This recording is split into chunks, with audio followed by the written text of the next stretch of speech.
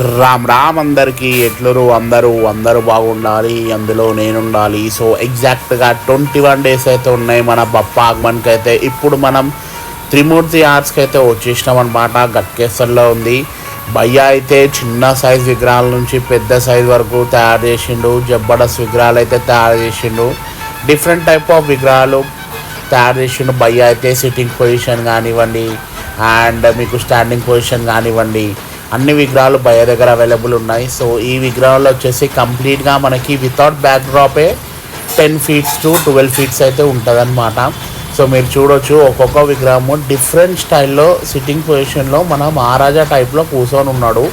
ఇంకా పంచ work, kundan work అయితే పెండింగ్ ఉంది. అండ్ బ్యాక్గ్రౌండ్ కూడా ఇంకా పెండింగ్ అయితే ఉందన్నమాట. బ్యాక్గ్రౌండ్ కూడా ఇంకా పెట్టలేదు భయ్య అయితే ఒక్క బ్యాక్గ్రౌండ్ కూడా. సో చూడాలి ఏం బ్యాక్గ్రౌండ్ అయితే పెడతాడో. సో ఈ విగ్రహం చూడండి ఎలా అయితే కూర్చున్నాడో మన గణేష్ మహారాజు.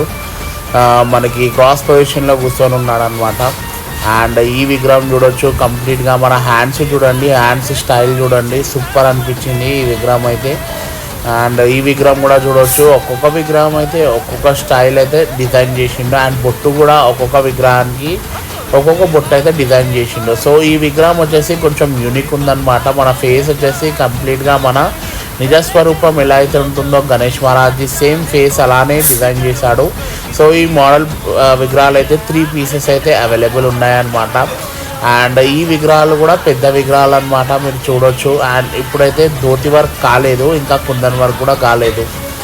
చూడండి మీరు విగ్రహాలు అనేది ఒక్కొక్క విగ్రహం ఒక్కొక్క స్టైల్లో ఉందన్నమాట. గణేష్ మహారాజు బొట్టు కూడా చూడొచ్చు, మీరు గమనించండి. ఒక్కొక్క విగ్రహం బొట్టు డిఫరెంట్ టైప్ ఆఫ్ బొట్టు అనేది డిజైన్ చేసిండు భయ్య అయితే.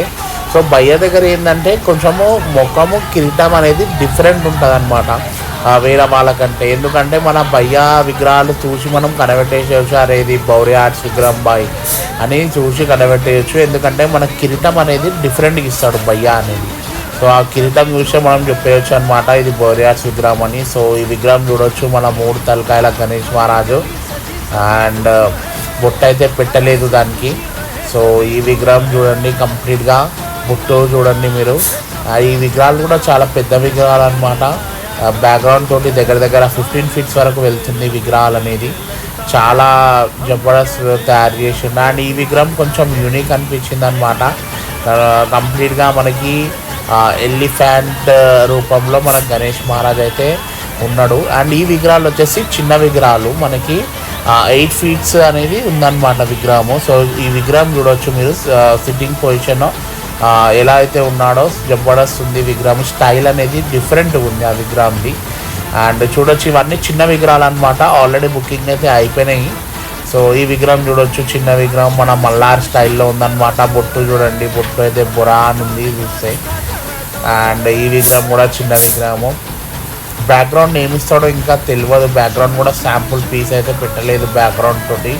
నాకు తెలిసి డిఫరెంట్ బ్యాక్గ్రౌండ్స్ అయితే ఉంటాయన్నమాట. సో ఈ విగ్రహం చూడండి కంప్లీట్గా మనకి తిరుపతి బాలాజీ టైప్లో డిజైన్ అయితే చేసిండు. అండ్ ఈ విగ్రహం చూడొచ్చు మనకి గణేష్ మహారాజ్ క్రాస్ పొజిషన్లో కూర్చొని ఉండు. అండ్ ఈ విగ్రహం వచ్చేసి విఠల్ భగవాన్ ఎలా అయితే చేతులు ఉంటాయో అలానే డిజైన్ చేసిండు అనమాట ఆ విగ్రహం కూడా. అండ్ మీరు త్రిశూలం చూడొచ్చు. అండ్ మన గణేష్ మహారాజ్ చేతులు ఉన్న ఆయుధాలు చూడవచ్చు. కిరాక్ ఉంది, ఎందుకంటే అది చూడంగానే మనకి గణేశుడు లేచి వచ్చేలాగా తయారైతే చేసిండనమాట. జబర్దస్త్ ఉన్నాయి విగ్రహాలు అనేది. ఇలా కృష్ణుని టైప్ విగ్రహము చూడవచ్చు కంప్లీట్గా మనకి కృష్ణుని టైపు. అండ్ కిరీటం కూడా డిఫరెంట్గా డిజైన్ చేసిండు. ఇది కొంచెం యూనిక్ అనిపించింది విగ్రహం. మనకి రైట్ అండ్ లెఫ్ట్ సైడ్కి మన గోమాత వచ్చిందనమాట. జై బోలో గణేష్ మహారాజ్కి.